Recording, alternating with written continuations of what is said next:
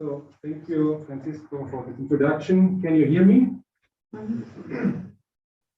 Welcome to my little presentation about renewable energies at human scale, market concentration as stakeholder. Chile is a true renewable energy paradise. We have all kinds of clean, free energy. For example, wind energy.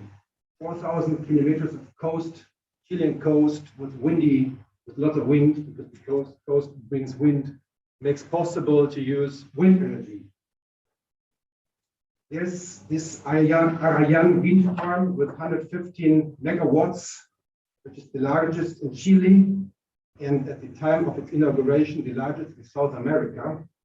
Nevertheless, we could do a lot more. We could put all the coast full of these windmills, and then we would have probably more than any energy we would need in Chile, only by wind.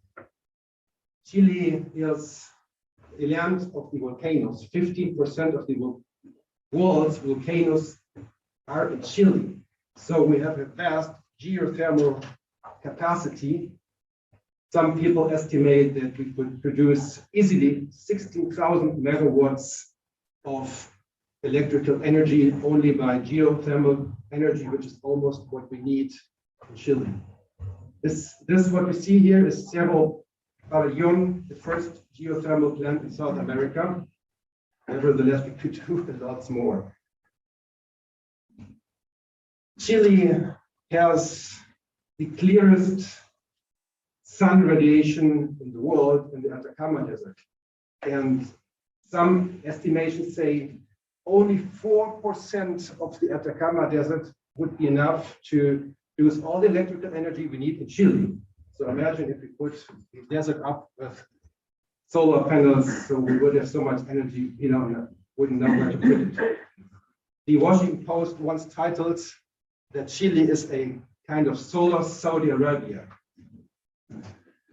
We have lots of rivers. This region is called the river region, and we could use probably only by rivers more energy than we need in Chile. Actually, in former times, 50% of Chilean energy was produced by hydropower. Then there's the tidal power, which is not being used until today, and it's so far very, very little used in the world, but there's a high potential in the movement of the sea. There has been some experiments recently. In last year, they started, and it's estimated that tidal energy could be produced 160 gigawatts, which is 10 times what we need in electricity today, only by tidal movement if we use it. So each of these clean and renewable energies alone is enough for Chile's energy demand. Chile could export energy instead of importing gas from Bolivia and Argentina. We could even heat our houses with electricity instead of burning wood and produce the smog, as we see here in Temuco or in Bolivia in the wintertime. Until today, only we use about 45% of renewable energy. The rest is coal, gas, and oil. This is actually not that bad compared to many other countries in the world. But why don't we use all our energy, free and clean energy potential? That's a good question. And Chile used to be in a good course. In the past, as I just had mentioned, 50% of the energy was produced by hydro energy. Here we see the Chivilingo hydropower plant. This is the first one in South America, one of the first one in the world. Imagine this was produced or constructed in 1897. Was recent. Then this time recently, Werner von Siemens had discovered how to change or transform kinetic energy into electric one with the magnetic induction principle. So Chile had one of the first hydropower plants in the world, and it worked almost 100 years. So what happened? And I would like to analyze what happens, what might have happened by analyzing the market structure and using the case of the polemic Renewable case. Renewable was a project by Endesa, which never came into construction. They never did it. If they would have produced it or constructed it, then 80% of the energy in Chile would have come only from this Renewable project. Since the other energy is already almost half renewable energy, so 90% of the Chilean energy would have been, at a glance, renewable. This would have been pretty good for nature, in my opinion. To make this clear, I'm not a fan of mega projects, what I will tell you in the next slide. But for the nature, that would have been probably, at least regarding the emissions, pretty good. 90% clean energy, that sounds good for me. But the protests, the polemic protests that came up, stopped the project. At least this is what we can read in Wikipedia. There says in Wikipedia there's written that the protest made it stop. A study conducted at our university in 2012 came up that there were 50 NGOs suddenly appeared to inform people about the risks and all the bad things this Renewable project would have done to the people and to the communities and to the rivers and the fishes. And so it was not produced at the end. But in effect, Renewable wouldn't have been the first hydropower plant. Actually, this photo is another one. There's lots of hydropower plants in Chile. So why didn't they come up with all those arguments against the other plants? What happened with Renewable? And that comes into my idea, into my mind, that this has to do not with all the arguments they brought forth, but with something completely else. Who would have gained and who would have lost? Well, who would have gained? I think the consumer, because lots of more energy means lower prices. In nature, at least the nature in our air, because we would need to burn less diesel. Would have lost? Well, Enel. Enel is the monopolistic producer of energy in Chile, and of course, the monopoly does not want competition.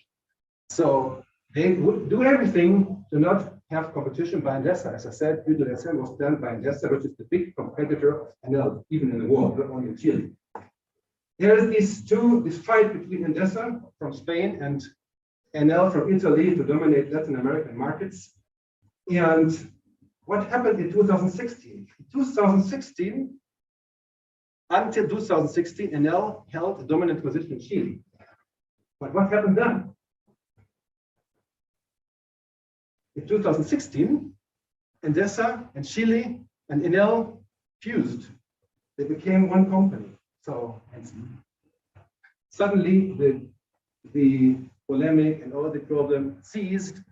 There was no one was talking about Renewable anymore. Of course, now it's all Enel. Enel, one company, a monopolist, does not make competition to itself. In my opinion, this is the reason why this is not a theme anymore. Not because of the arguments brought forth. But again, I was not a fan of mega projects, and I will tell you another case of the power of lobbyists of the big companies to produce electric energy. The case of Germany. In Germany, 51% we have now by renewable energy. In fact, actually, I think it's even a little bit more. I'll tell you in the next slide why. This is great. 10, 20 years ago, we had almost nothing, or only 10%. So this has improved a lot. Why did it improve? Because millions of small-scale producers were subsidized. The government subsidized that people put windmills in their gardens, or solar panels in their houses, or they use biomass energy. All this is used to be subsidized, and it was great. It worked great. Now we have 51% of renewable energy in Germany. And I think it's even more because the solar energy The solar energy, it says it's only 2.3%, but at least I think it's lots more. This is the 2.3 which people inject into the grid. That means which they produce more than they need. Because they have the roof full of solar panels they produce for themselves, and only the rest they put into the grid. The rest are the 2.3. So if you calculate also what the people use by themselves, probably more than 51% of the energy is produced with renewable energy. Well, this is very good, not only for nature. This is what in economics we call perfect competition. Millions of small-scale producers competing by each other. This is great, not only for nature, but only for the economy. This is perfect competition. But of course, who doesn't want this? Who doesn't like this? Well, the four big oligopolist producers of energy. They don't like this. They don't like competition. They want to be monopolist, near to monopolist. So they seem to have still a very good lobby to the German government. And what happened? This great system, as we could also call this energy democracy. This is a new topic, not energy democracy. This good system with energy democracy, with perfect competition, with decentralized producing of small-scale energy, is changed now. There's a new law. In 2016, they came up with a new law, the new renewable energy law, the renewable energy law. Now does not subsidize small-scale projects, private persons with solar energy or windmill in their garden. They subsidize mega projects. So all the money goes now to the wind parks in the North Sea. And who produce these wind parks? Well, of course, Vattenfall and all those companies that used to have the nuclear power plants. Now they have monopolized clean energy. Well, clean energy, that's great, but produced by the big ones. And they now can sell us the energy to monopoly prices. And I think we need here something like a lobby control to see how the companies have influence on laws. I would like to end up with a nice outlook. Energy at human scale. I think this is possible in Chile more than anywhere else in the world. But this photo is not from Chile, but from Germany. This is one of the old, 200 years old mills. And such a mill, which we used to have everywhere. Look how it works. It works with almost no water. This is a tiny stream. With this tiny stream of water, you can move this wheel. And with this wheel, you can move all the milk. Here's another one, which works from water coming from, not from upside, but from the downside. And again, we see a small riverbed, and we don't need even all the riverbed. We need only part of the riverbed. With very little energy, with a very little stream of water, we can move such a millstone. Such a millstone has a weight of 2 tons. 2 tons above another millstone of 2 tons. You need easily 2.5 to 5 kilowatts to do this. So this little stream of water produces 5 kilowatts constantly. And many people in Chile live near streams, at least in the south. Many people live in the Andean Cordillera, and they have small water streams everywhere. Everyone could have such a energy producing mill or wheel in their garden or in the neighborhood, or people can join cooperatives and produce one. One of these things would be enough for like 10 houses. If you have a good battery bank as a buffer. Valdivia is surrounded by rivers, but no one uses the energy. We burn diesel. All the energy, electric energy in Valdivia is used by burning diesel. How can this be? There's so much free energy next to us. Next to us, there's the free energy. Some people told me, no, we cannot use it because the river is not fast enough. It is a slow, very slow river. Well, this is a matter of the design of the wheel. You need a wheel with a diameter which is sufficiently big, so it doesn't matter then that the river is not very fast, but it has power. If we don't use one, we can use 2 or 3 or 5. We can have free energy here in Bolivia, and we don't have to put it in the center. We can put it more in the river, upper side of the river or downside, not in the very center, of course. And I'm pretty sure that Europe could produce all its energy only by the Rhine River, if we put some of these wheels on both sides of the Rhine River from its spring in Switzerland to the North Sea. There's so much energy, we don't know where to put it.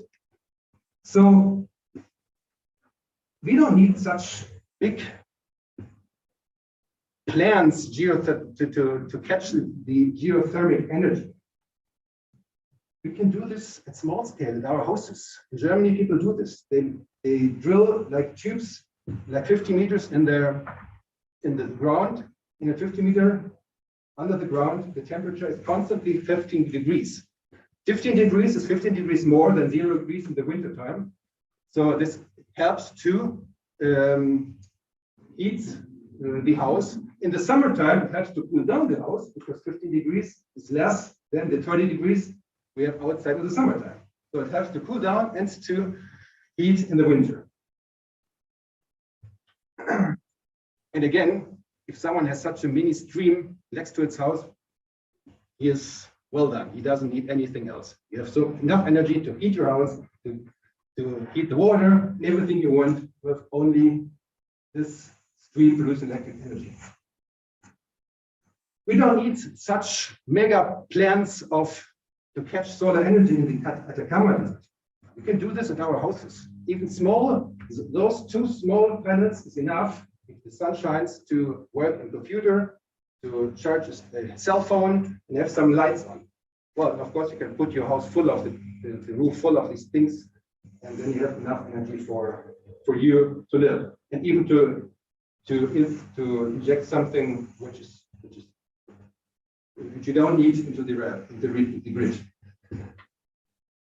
So I'm pretty sure energy at a human scale, energy to use this metaphor point by Manfred Max Neef, decentralized energy democracy is they call it at the Massachusetts Institute of Technology. This is all possible. But the question is, what arguments would they bring forth against it? I'm pretty sure those who produce the energy today, they will find any argument that this doesn't work. It's not, maybe they find the energy security is not given. This is what they say in Germany. We need nuclear power plants for the energy security. It's crazy. The best security is a decentralized producer grid of millions of small-scale producers. If one fails, doesn't matter. If nuclear power plant fails, then we have a problem. So the energy security is no argument against small-scale production. The other way around. Well, I would like to leave you with these thoughts. If you want to read about the market concentration as obstacle for sustainable development, in 2016, I've published with my German colleague Nina Michaelis a book chapter on the annuals of sustainable economics. Thank you very much.